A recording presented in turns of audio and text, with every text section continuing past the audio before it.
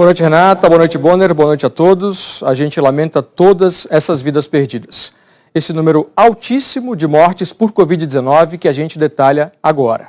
O levantamento atualizado às 8 da noite mostra que nas últimas 24 horas foram registradas 841 mortes por Covid-19 no Brasil. Assim, o total de mortes passa dos 100 mil, chega a 100.543 óbitos. Agora, o número de casos confirmados nas últimas 24 horas, 46.305. O total, assim, passa dos 3 milhões. São 3.013.369 casos. Vocês prepararam um gráfico? Sim, e as linhas do tempo mostram um avanço rápido da doença no Brasil. Nós começamos com a linha de casos. Do primeiro caso registrado no Brasil, no dia 26 de fevereiro, até atingirmos 1 milhão, no dia 19 de junho, foram quase 4 meses. Dali, em menos de um mês, dia 16 de julho, chegamos a 2 milhões de casos, como a gente vê agora no telão. E depois levamos 23 dias para ultrapassarmos os 3 milhões hoje, dia 8 de agosto.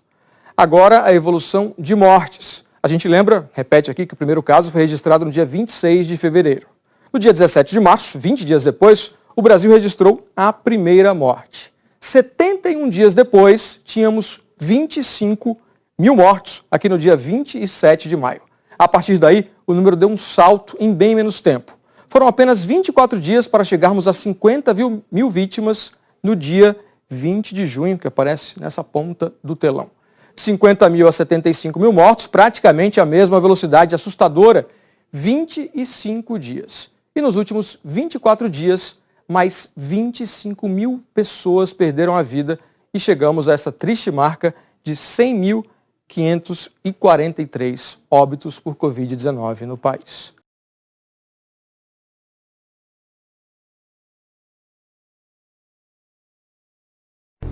Começamos a nos preparar para enfrentar o coronavírus, pois sabíamos que mais cedo ou mais tarde ele chegaria ao Brasil. Obviamente temos no momento uma crise, uma pequena crise, né? No meu entender, muito mais fantasia a questão do coronavírus, que não é isso tudo que a grande mídia propaga pelo mundo todo. Grande parte dos meios de comunicação foram na contramão. Espalharam exatamente a sensação de pavor, tendo como carro-chefe o anúncio do grande número de vítimas na Itália. O número de pessoas que morreram de H1N1 no ano passado foram na ordem de 800 pessoas. A previsão é não chegar a essa quantidade de óbitos no tocante ao coronavírus. O vírus está aí, vamos ter que enfrentá-lo. Vai enfrentar como homem, pô, não como moleque. Devemos, sim, voltar à normalidade. Cara, quem fala de eu não sou governo, tá vendo? Não sou governo.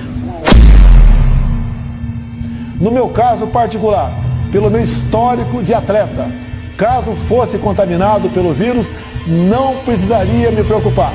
Nada sentiria ou seria, quando muito, acometido de uma gripezinha ou resfriadinho.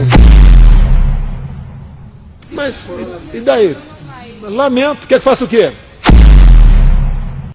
Qual é o seu entendimento sobre a atuação do governo Bolsonaro nesse enfrentamento à pandemia e qual deveria ser essa ação? O senhor, na cadeira da presidência, no princípio de março, eu quero faria comentar, porque eu acho mais importante do que falar é dar exemplo.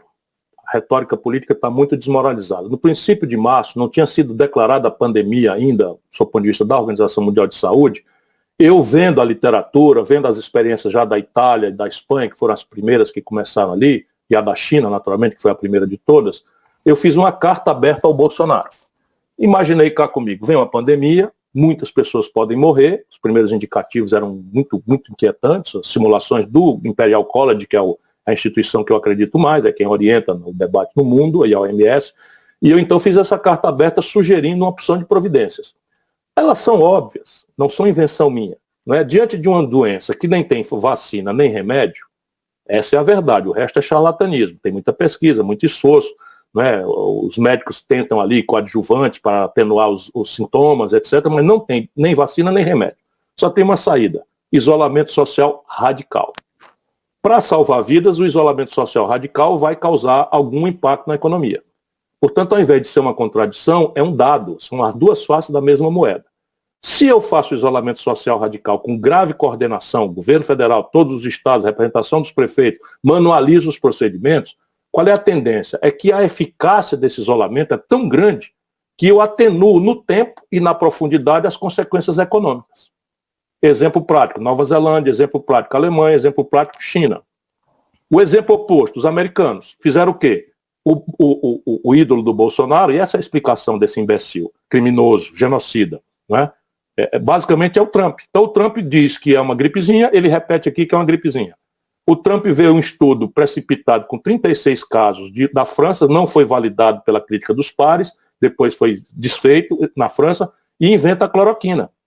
O Bolsonaro aqui não só inventa a cloroquina, repetindo como um papagaio imbecil que é, e criminoso que é, mas manda o exército comprar. E o exército obedece uma ordem aberrante dessa e compra por 6 vezes o preço, tá?